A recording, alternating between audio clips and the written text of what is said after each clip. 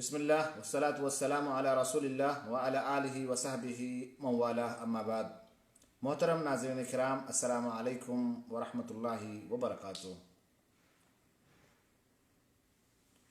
आज मैं लाइव इस शेर से शुरू करूँगा कि इख्तिलाफ़ात तो होते रहते हैं, इख्तिलाफ़ात तो होते रहते हैं, आना जाना था आते जाते। तो देखें, इख्तिलाफ़ात एक फितरी चीज़ है और ये किसी से भी हो सकता है।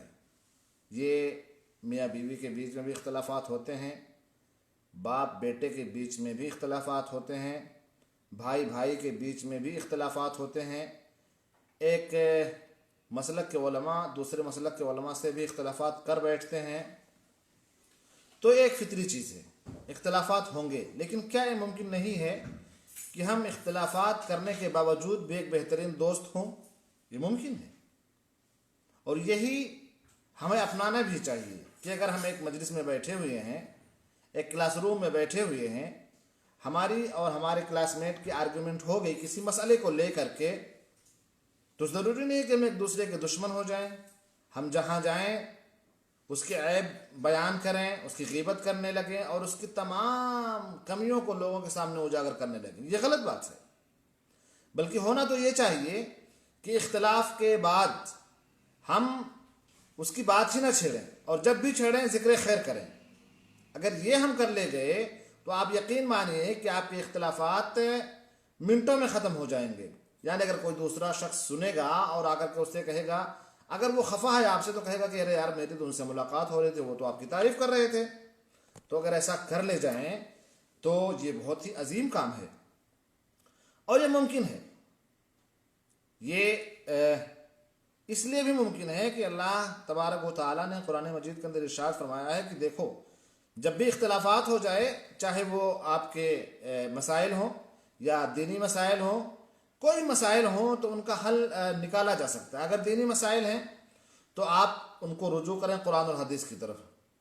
या अल्लज़ीना आमनू अतीउल्लाह व अतीउर रसूल व उलिल अम्रि मिनकुम फ़इन तनाज़अतुम फ़ी शैइन फ़रुद्दूहु इलल्लाहि व रसूल, कि ऐ वो लोगों जो ईमान लाए हो, अल्लाह की अताअत करो, उसके रसूल की अताअत करो और अपने हाकिम की अताअत करो। फ़इन तनाज़अतुम फ़ी शै, अगर किसी मसले में इख्तलाफ हो जाए, मसला कोई भी हो सकता है, नमाज के ताल्लुक से आपको इख्तलाफ हो जाए, ज़कात के मसाइल में आपको इख्तलाफ हो जाए, हज के मसाइल में आपको इख्तलाफ हो जाए, रोज़ों के मसाइल में इख्तलाफ हो जाए, तलाक़ के मसाइल पे आपको इख्तलाफ हो जाए, निकाह के मसाइल में आपको इख्तलाफ हो जाए, तिजारत के मसाइल में आपको इख्तलाफात हो जाएँ, या बीवी बच्चों के साथ आप कैसी ज़िंदगी गुजारें, अगर उसमें इख्तलाफ हो जाए तो कुछ करने की ज़रूरत नहीं। फ़इन तनाज़अतुम फ़ी शैइन फ़रुद्दूहु इलल्लाहि व रसूल, अगर किसी मसले में इख्तलाफ कर बैठो तो अल्लाह और उसके रसूल की तरफ पलटो। कुरान और हदीस में सारे मसाइल मौजूद हैं और मसलों का हल मौजूद है। कोई भी इख्तलाफ आपको होगा, आप पलटिए कुरान और हदीस की तरफ, और जिससे इख्तलाफ हुआ है उसको ज़ाती दुश्मनी न बना लीजिए, बल्कि इख्तलाफ के बावजूद भी दोस्त बने रहने की कोशिश करिए। मैं आपके सामने इमाम शाफ़ई रहमतुल्लाह अलैह का एक वाक़या पेश करता हूँ कि इमाम शाफ़ई रहमतुल्लाह अलैह का किसी आलिम से किसी पेचीदा मसले पर इख्तलाफ हो गया और वो इख्तलाफ तूल पकड़ गया, गुफ्तगू दराज हो गई, आवाज़ें बुलंद हो गई, लेकिन किसी मसले पर दोनों पहुँच नहीं सके। यानी चेहरे का रंग बदल गया और वो मजलिस ख़त्म होने को जब हुई और जब दोनों उठ करके जाने लगे तो इमाम शाफ़ई रहमतुल्लाह अलैह ने उनका हाथ पकड़ा, आलिम साहब का जो उनके मद्दे मुकाबिल थे, उनका हाथ पकड़ा और कहा कि देखें जनाब, क्या ये बेहतर नहीं है कि हम इख्तिलाफ़ राय के बावजूद दोस्त रहें? ठीक है, आपकी राय कुछ और है, मेरी राय कुछ और है, वो राय की हद तक रहने दें, लेकिन हमारा और आपका जो रिलेशन है, हम एक दोस्त हैं और हम आज भी दोस्त रहें। इसलिए जब भी किसी मजलिस में ऐसी कोई बात हो तो ऐसा नहीं कि आप अपनी बाइक लेकर के उधर चले जाएं, वो अपनी बाइक लेकर के उधर चले जाएं और कहें कि हम आपको देख लेंगे, आपकी जुर्रत कैसे हुई और कैसे बात आपने कह दी। ठीक है भाई, इख्तलाफ हो गए हैं, लेकिन ठीक है, इख्तलाफ को छोड़ें और आएँ, एक टेबल पे हम लोग चाय पीते हैं, एक बिस्तर पे हम लोग खाना खाते हैं, एक साथ रहते हैं, एक साथ टहलते हैं, एक साथ बात करते हैं। इख्तलाफात अपनी जगह पर है, लेकिन उसको ज़ाती मसाला ना बनाया जाए, उसको दुश्मनी पर ना उभार दे कि इस शख्स की जुर्रत कैसी हुई, कैसे मुझसे बात कर सकता है।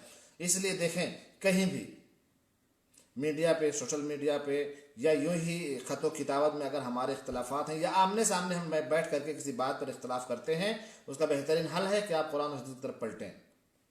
और वहाँ भी अगर आपको बात समझ नहीं आ रही है तो ये हमारे जहन में और दिमाग में खलल है। कैसे हो सकता है कि एक मोमिन और एक मुसलमान कुरान और हदीस की तरफ पलटे? अल्लाह कुछ और कह रहा है, अल्लाह के रसूल सल्लल्लाहु अलैहि वसल्लम कुछ और कह रहे हैं, और हमारी राय कुछ और है। ये कैसे मुमकिन है कि हम कुरान और हदीस के मुखालिफ चले जाएं?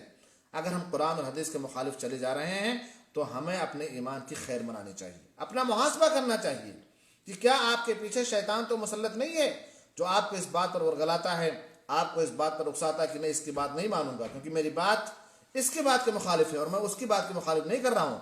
बल्कि अगर आपने रुजू की कुरान और हदीस की तरफ और आपकी बात कुरान हदीस के मुखालिफ होगी तो फौरन अलर रास वल ऐन कुरान हदीस। और एक दूसरी बात, मैं एक और वाक़या आपके सामने बयान करूं कि किसी खलीफा की मजलिस में उलमाए कराम बैठे हुए थे और वहाँ पे कुछ किसी मसाले को लेकर के कुछ बात छिड़ गई।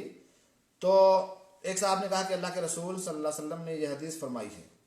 जो दूसरे जो आलिम थे उन्होंने कहा कि नहीं, ये तो अल्लाह के रसूल ने नहीं फरमाई है, तुम अल्लाह के रसूल सल्लल्लाहु अलैहि वसल्लम के ऊपर झूठ बांध रहे हो और जानते हो कि अल्लाह के रसूल ने कहा कि मन कज़िबा अलैया मुतअम्मिदन फल्यतबव्वा मक़अदहु मिनन नार।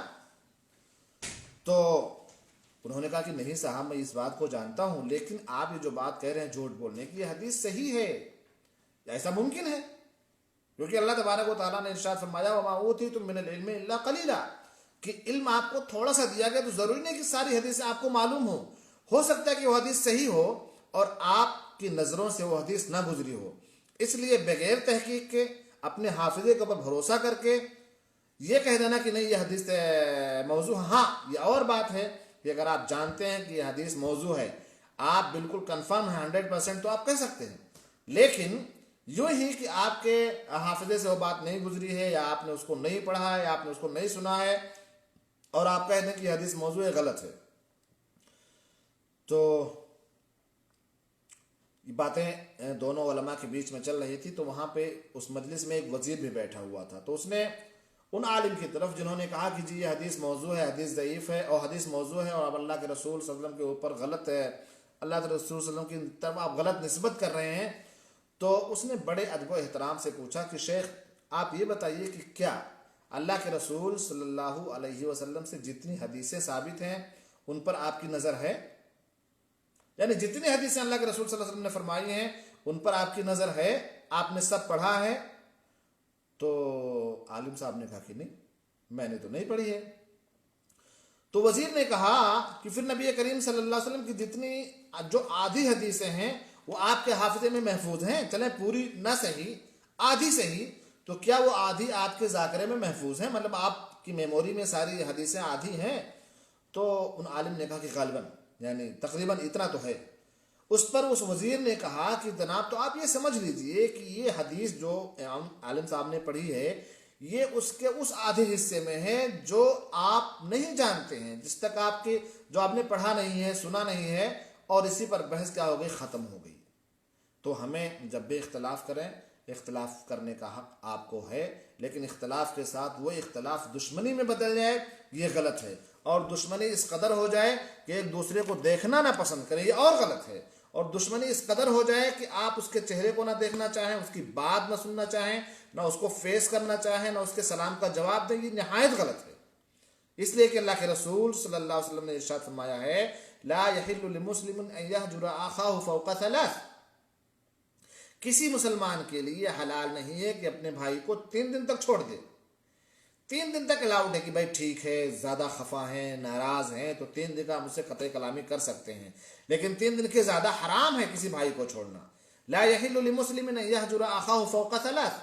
आगे अल्लाह के रसूल सल्लल्लाहु अलैहि वसल्लम ने बयान किया कि ऐसा होता है और ऐसा होगा। तब उस वक्त हालत क्या होती है इख्तलाफ करने वाले की?